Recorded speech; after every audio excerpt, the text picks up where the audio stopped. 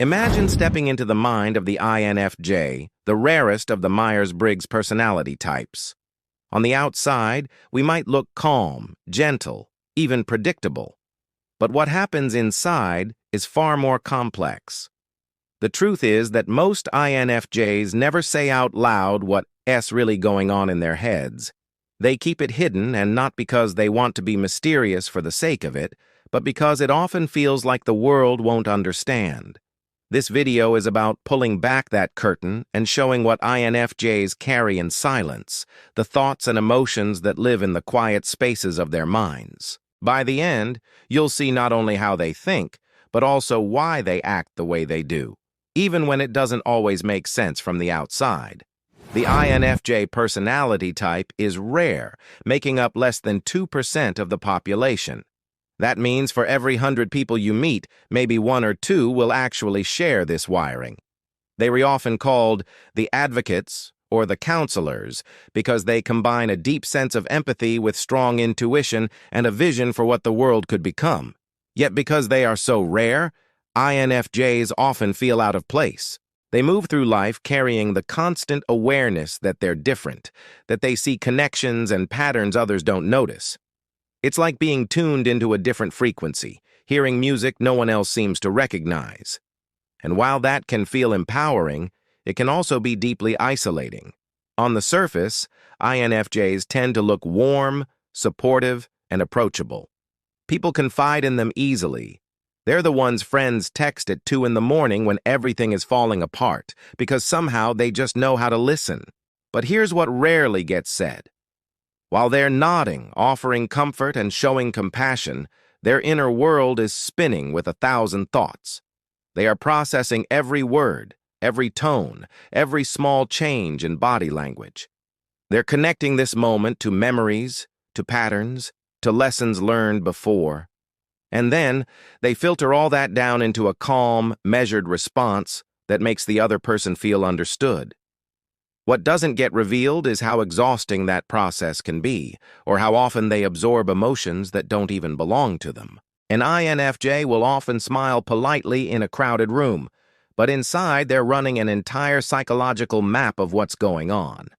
They might notice the way someone avoids eye contact, the small shake in a laugh, the undertone in a conversation that others miss. They read between the lines without trying.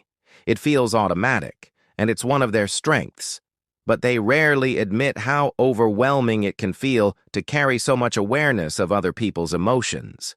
The secret thought is this: I feel your pain more than you realize, but I'll keep that to myself because saying it out loud might make things awkward. Another thing INFJs rarely voice is their deep loneliness, even when surrounded by people. It's not about being alone physically. It's about the gap between how much they feel and how little they express.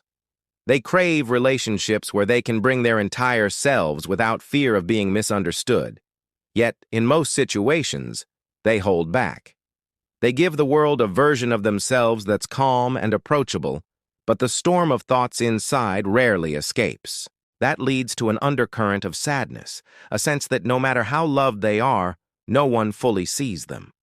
If they admitted this openly, people might assume they're being dramatic or ungrateful, so instead, they keep it locked away. Self-doubt is another silent theme. To the outside world, INFJs might seem confident. They make decisions with conviction, they stand up for what feels right, and they can inspire others with their insights. But inside, they often wrestle with second-guessing themselves. They wonder if they're too sensitive, too idealistic, or too demanding of themselves and others. They rarely tell people just how hard they are on themselves, or how often they replay conversations at night, analyzing every word and gesture to make sure they didn't hurt anyone. What they won't say is, I worry constantly about whether I'm enough, even though I tell you that you are. Relationships are another area where INFJs keep secrets. They are incredibly selective about who they let in. When they love deeply, almost fiercely. But they rarely admit how high their standards really are. They would rather be alone than with someone who doesn't meet their need for authenticity. If they've ever pulled away suddenly from someone they were dating, It's usually because they saw a lack of depth, a crack in the foundation that made them realize the connection wasn't genuine. To the other person, it may look like coldness or unpredictability, but in reality, it's a protective instinct.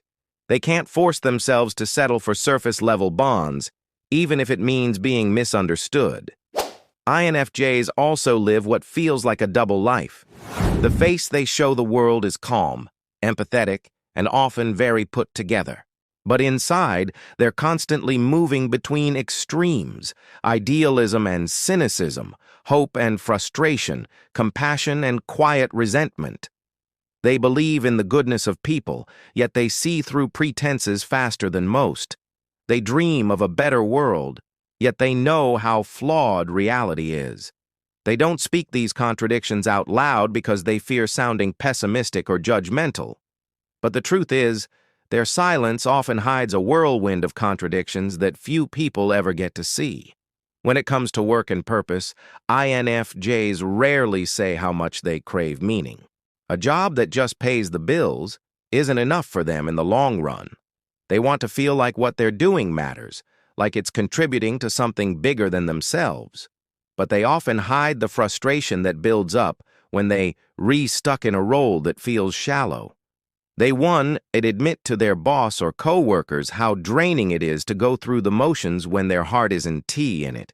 Instead, they do what's expected of them, while secretly planning their next step, imagining a future where they can finally align their work with their values.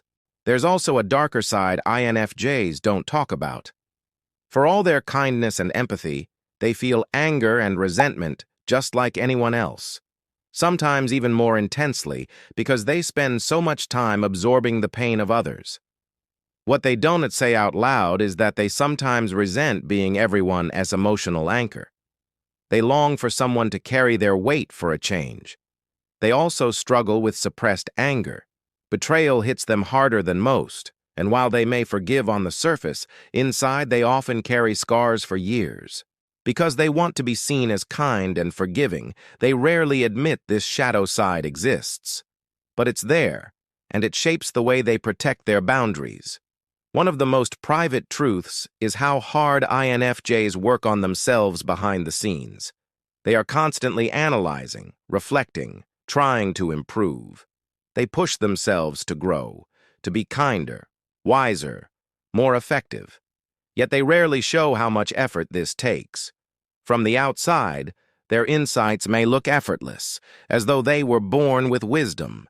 But in reality, much of it comes from long hours of reflection, journaling, reading, and wrestling with their own flaws. They don't say this out loud because it feels self-centered to talk about. But the truth is that INFJs are some of the most relentless self-improvers out there. When you step inside the INFJ mind, you find a place full of empathy, imagination, and unspoken truths. It's a landscape of constant observation, a place where feelings are magnified, where every decision is weighed against values and meaning. And while much of this remains unspoken, it drives everything they do. They rarely say, "I feel too much." They rarely admit, "I wish someone could see me as clearly as I see them." But those thoughts exist, shaping every interaction, every choice, every quiet moment. If you're an INFJ watching this, you probably recognize yourself in some of these hidden thoughts. Maybe you've kept the same secrets. Maybe you've carried the same weight of unspoken feelings. If you're not an INFJ, but you love one, hopefully this glimpse helps you understand why they are the way they are, why they retreat, why they give so much, why they sometimes seem like a mystery even when they're right beside you. The unspoken truth is this: INFJs may not share everything they feel, but that doesn't mean they don't long to be understood. So here's my question for you. If you're an INFJ, what's one thing you never say out loud but wish people knew? Drop it in the comments. I'd love to hear your perspective. And if you found this insight helpful, don't forget to like this video, subscribe for more deep dives into personality, and share this with a friend who might be an INFJ. because sometimes the rarest voices are the ones the world needs to hear the most.